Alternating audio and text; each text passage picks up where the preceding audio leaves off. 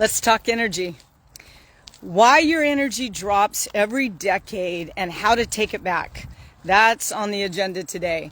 So did you know that after the age of 30, and it's one of the systems in the body that starts declining, can start declining early. Like after the age of 30, your VO2 max, your volume of oxygen if we do a test at maximum intensity, starts to drop, your VO2 starts to drop 10% per decade. Okay, 10% per decade. So I'm no math genius, but 30, 40, 50, 60, 70. By the time I'm 70, there's a possibility that my VO2 is dropped by 40%, 10% per decade. And so let's say that I took my VO2 test when I was 30 and I am female at 30 and my VO2 should be, let's say, around 40 if I want it to be good, and I drop by 40%. That means I'm going to drop by 16 points, and that's going to put me at a fair level on my VO2. What if I take my VO2 at 40 and I'm only at, let's say, 28, and that's common. I do several hundred. I do about 100 tests a year, and that's kind of common, unfortunately, because at 40 we've kind of given up on our fitness routine in terms of consistency. And so if we're at 28 at 40 years old, and over the next 3 decades I'm going to lose 30%. So that means I'm going to drop 12 points. That takes me down to, we're going to drop 30%, so that's going to be 7 points. So that's going to take me down to around 21 or 20 on my VO2. And if I look at a standardized chart, that's going to put me very close to, at 70, that's going to put me close to what's called the line of independent living, meaning that my VO2 would not support independent living. And that's sad. And so today we're talking about how our energy drops every decade, how you can take it back, and you can overcome this. So I've got several that seem like random points, but they're not.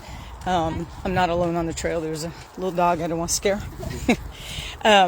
So again, I'm Debbie, and I am the creator and founder of Transform You Challenge. And my passion over the last 40 years has been to help women over 50, and we've kind of expanded that out to our guys because our guys over 50 really need some direction and help as well.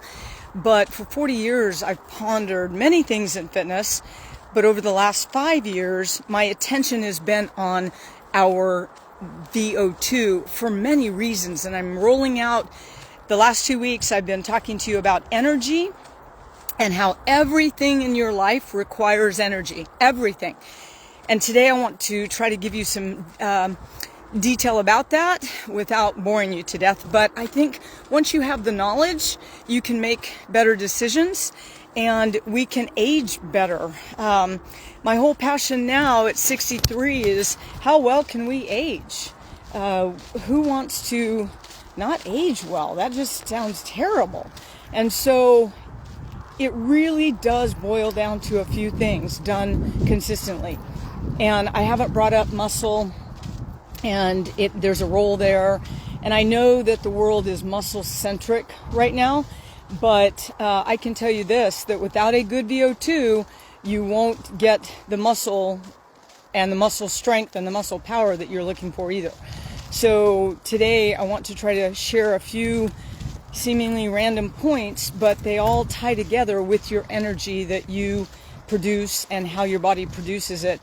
And I think that, I'm hoping that this will help you and get you moving a little bit towards something that will generate longevity for you. So, point number 1. If the world revolves around energy production, and which it does, oxygen is the gas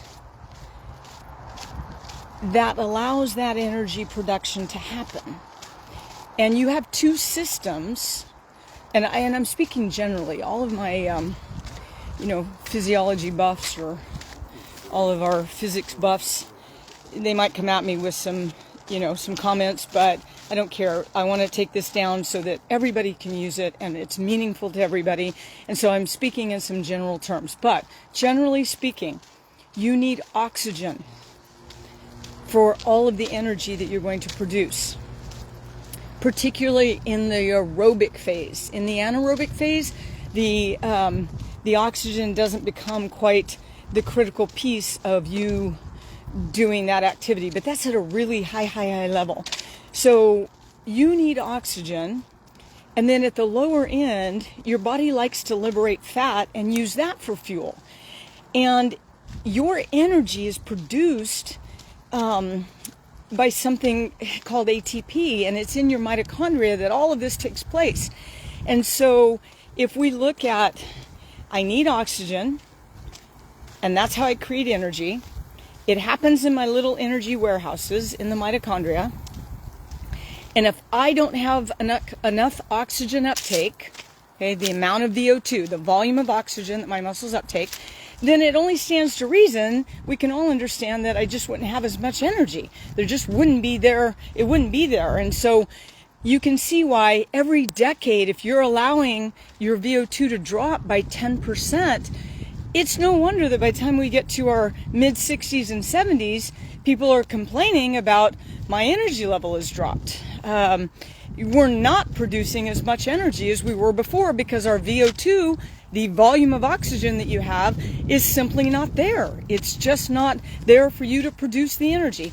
And so today, I want to tie in also how your body liberates body fat, and hopefully be able to make a compelling connection that you can see that by improving your VO2, you actually improve your body's ability to liberate body fat and use it as energy.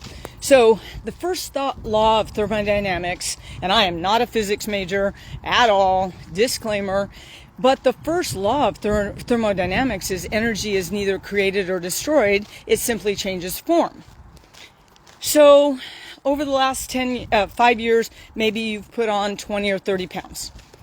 And you have this stored body fat that your body sees as fuel. It's stored fuel. It's stored fuel. And unfortunately, we put, body shaming in that category and all of that. It's simply a matter of you've taken in more energy than your body's been able to use up. So in really simple terms, the first law of thermodynamics says that energy cannot be created nor destroyed, but changes form. And so if we look at it, the food that we eat either gets used, stored, or it becomes heat. So here's something that I learned many years ago, and it's just fascinating. 84% of the liberated fat, so think you've got fat in our belly area, and we want to lose weight. Okay, there is no furnace inside of us that if we don't eat enough or we work out more, there's no furnace where that body fat just disappears. It can't. It cannot be destroyed. It has to be turned into another form. So 84% of the body fat that you want to lose is done. It changes, you expel it, I should say, it's a better way of saying it. You expel it as carbon dioxide. There it is. So your goal is to get your body to command that body fat to come out of those places you don't want it to be. And through movement, it's used as energy. And then it's expelled into the air as fat, as CO2. Not fat, when I say that, as CO2. Okay, carbon dioxide. So 84% of the fat that your body liberates and uses for fuel will be expelled, not through a furnace that you have inside of you, not through some fire that you're setting. That's why this whole calorie thing where you get on your elliptical or your Garmin says you burned up 300 calories. I don't know about that, and who cares if it wasn't fat? If 300 calories is what that was your estimated caloric, I'm going to say loosely, burn, but that's not really the whole story, because only a certain amount of your total expenditure on that activity was actual liberation of body fat, and that is, you get rid of that in another form, and it's called CO2 at 84%. So what does my VO2 have to do with that?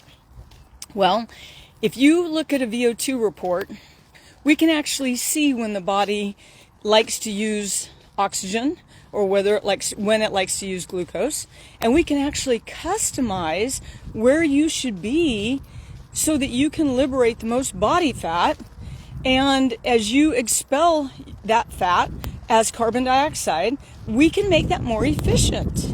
And how good is that? Like, that seems to me like a really good plan. We can also tell how well, like how many calories you're going to use in an hour of really hard exercise. And there again, how much of that is body fat? We can actually see that on your test.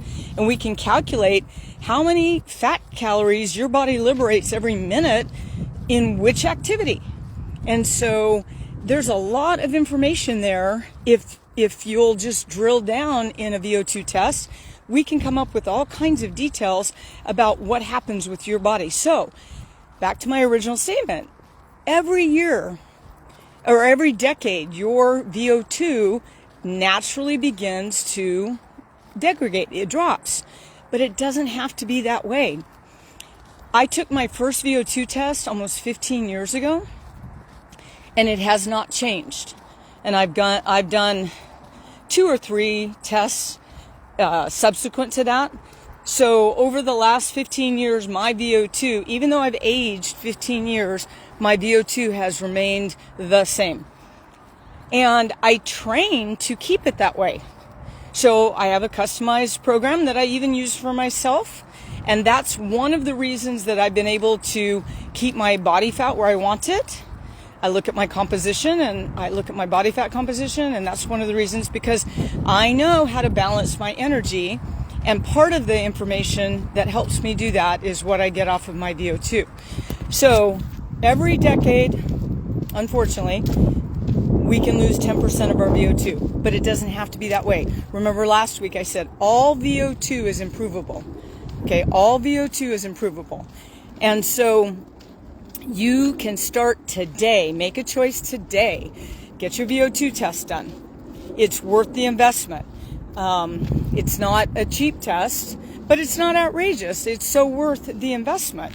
One test is around $400, but it comes with a resting metabolic rate test, a VO2 test, a body composition, and it will set you up for life on how you can improve your VO2 system, and how you can, my age today, because I'm 63, I have a VO2 of somebody in their 30s. And I like that. I look at the standardized test. My VO2 it's superior for my age, but it's also superior in the 30-year-old category. You can have that as well. Athletes, Olympic athletes have 20 points higher than I do. Like, I'm not anything special, I promise you that. I've just worked at it. And here's the deal. I've taken all of my clients through the journey, and all of them that follow the protocols have improved. And I've taken, last year we did a 12-week challenge, and everyone that followed the protocol, their VO2 improved. It's not difficult. It's very simple to do. It's whether they'll do it or not. That's always the key, right? It's always something in our mindset. But to reiterate, 84% of the body fat that you want to get rid of is going to be expelled through carbon dioxide. Okay? So that means that if I can improve my VO2, I have a better chance of losing more body fat. Every decade, your VO2 can go down by 10%. You can degrade your VO2 by 10%, and it doesn't have to be that way. And so, again, by the time I'm 70, I could have a reduced capacity if I started at 30, going down by 40%. We can improve that. It doesn't have to be. And then the third point that I made is your energy. We've talked about energy for the last 2 weeks. Your energy that your body produces is produced in your mitochondria. And most of it through what's called your ATP production. And if you improve your VO2, you're going to improve the amount of energy that you produce. And so there are very few reasons for us to do cardiovascular activity. I mean, there are very few. There's like maybe 8. And if we look at those 8 principles, there's not a reason to do cardio beyond that. And so if you're shooting your arrows in the dark and you don't know what those 8 are, I'll have to really count them up in my head. I'm guessing 8. If there's 8 things that you can improve that will make you a better 70-year-old, why shoot your arrows in the dark?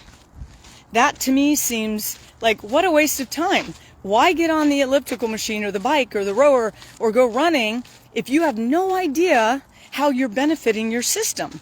Are you improving your body's ability to make energy? Because it is the currency of life. Your energy production is the currency of life. And so if you're shooting blindly out there doing cardio, random cardio as I call it, you're not serving your VO2. And so I want to give you that opportunity to take a look at improving your VO2, and then you'll improve your energy systems, you'll utilize body fat better, and you will create a life of quality with as much energy that you need to do anything that you want to do. And I would say that that's a pretty good reason to work on cardio. But if we look on the back end, and this will be part of my discussion next week, I'll actually add up those things that you can improve while you're doing your cardio. But random cardio is just, it should be a thing of the past. It's one of the things that, I grit my teeth when I look at the fitness industry because the information is there. We're just not bringing it forward to you. I know there's a big push right now for heart rate training, and I've been doing this for 40 years. And so I've seen trends come and go. And right now the trend is heart rate training, as it should be. But there is a method to the heart rate zones that you should use because your zones are indicative of what happens in that zone to your system. So if you're training zone 2, for instance, but you have no thought to progressive overload, that zone 2 training might not be doing you any good. If you're training zone 5, do you know your maximum heart rate? What's the sustainability? Is it 30 seconds at that heart rate or is it 4 minutes at that heart rate? Those all matter to how that improves your system. And we'll carry that on. But as a recap, life is about energy production. That's it. The minute your mitochondria die, that's it. We're done. Our goal is to keep our energy production as high as possible and to improve it. Not just to maintain, but to improve our energy production. That's going to happen in the mitochondria. Your body fat loss that you're after, all of you that might want to lose body fat, 84% of it, once you liberate body fat to be used for energy, 84% of it is expelled as carbon dioxide. And that's the first law of thermodynamics, that energy is not created nor destroyed, it changes forms. And learning the best place that you can liberate body fat and use it for energy, that's a good tool to have. Really good tool to have. And every year your VO2 goes downhill by 10%. Stop that. Just put a pin in it. You don't have to let that happen. It's not a guarantee. Like, it doesn't have to happen. You can improve that. So there's my points for today. I hope that you're getting something out of this. I'm out here doing my 20-mile walk. I'm still in the challenge with my peeps. And so on top of my cardio, I'm walking, and it's pretty cool. I'm out at Woodward, and it's quiet. I see a hawk. The last couple of weeks, I've seen a coyote. That's kind of cool. The river's right over there. Yeah. So I really like my walks, and I like being on here with you. It gives me a moment to express how I want to help you guys. My mission over the last 5 years has been to take this information about VO2 and turn it into something applicable, like something you can use, something that you can take and put into practice that actually turns the needle. That's so important, like turns the needle. And so here's what to do. If you have questions about what we talked about over the last 3 weeks, I promise you that these are the tactics that we should be using. Especially, I have a passion for women over 50 because I hear, why would I want to do that? I'm not an athlete. Yes, you are. If you have weight you want to lose, or if you have energy you want to get back, you are an athlete. We just need to get you there. The cost, the whatever, all the stories that we're telling ourselves. Listen, there's no greater gift that you can give yourself than to improve your fitness and your health and your wellness. There's no greater gift. It is a gift. And here's the science.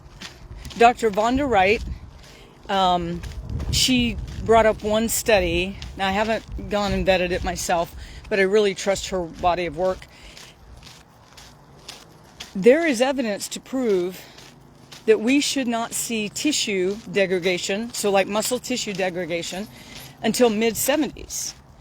And wow, I talk to a lot of 50-year-olds that are dragging their butts, and their energy level is low, and they're working on losing 20 pounds, and they keep doing the cycle dieting thing. And so I know that if I can help you get your VO2 under control, and we can get that moving along, that will change the needle, like it'll turn the needle. And then you can expand out and work on other things.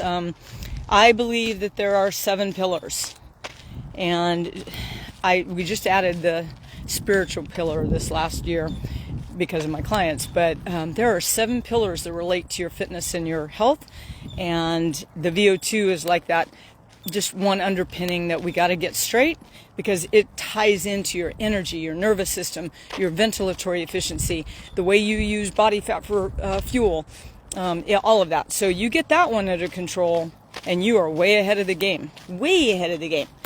And it's no more, you're not going to do any more time than you're already putting in, unless you're doing nothing right now. And then I want to encourage you to go do something. The easiest group to work with are the beginners, because we can get progress within weeks just walking.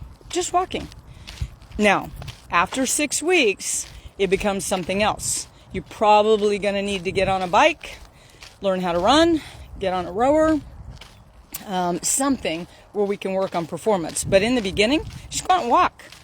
Like in the beginning, if you don't move right now, go walk.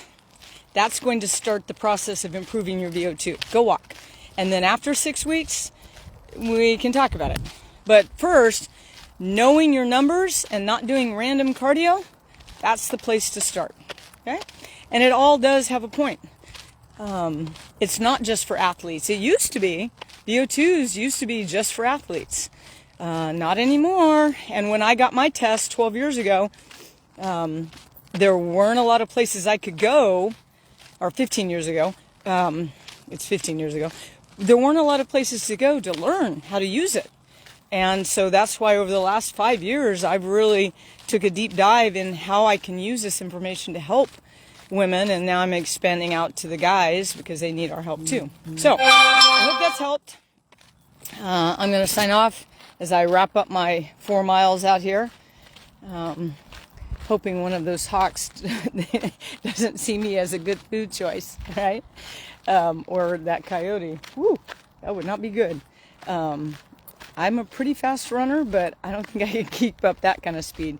So I will sign off. If you have questions, reach out. I don't know that you have those questions until you reach out.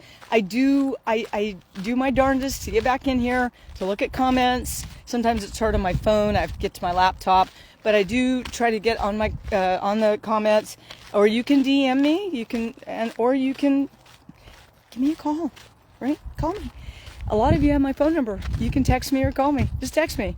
Say, hey, coach, it's been a long time, but I want to get my VO2 done, or I want to talk about that, or whatever you need to do. Oh, and I get asked a lot about the Garmin. Okay, I get asked a lot about, is my Garmin correct with my VO2? The Garmin uses a really decent algorithm to figure out based on the input that you put in. So if you filled out your profile, it knows your age, your height, your weight, and then it knows how fast you're going and running. And there's a reverse calculator that they use to determine your VO2. But there's nothing like getting the oxygen mask on, going through the test, and measuring CO2, ventilatory efficiency, oxygen uptake. There's nothing like that. It's the for sure gold standard. So keeping that in mind. Okay, I'll talk to you. Maybe I'll pop on later this week, but for sure next Monday I'll be back. All right, have a great day. It's never miss a Monday. Hashtag never miss a Monday. It sets the tone for your week. So get up, start moving. All right, see you later. Bye.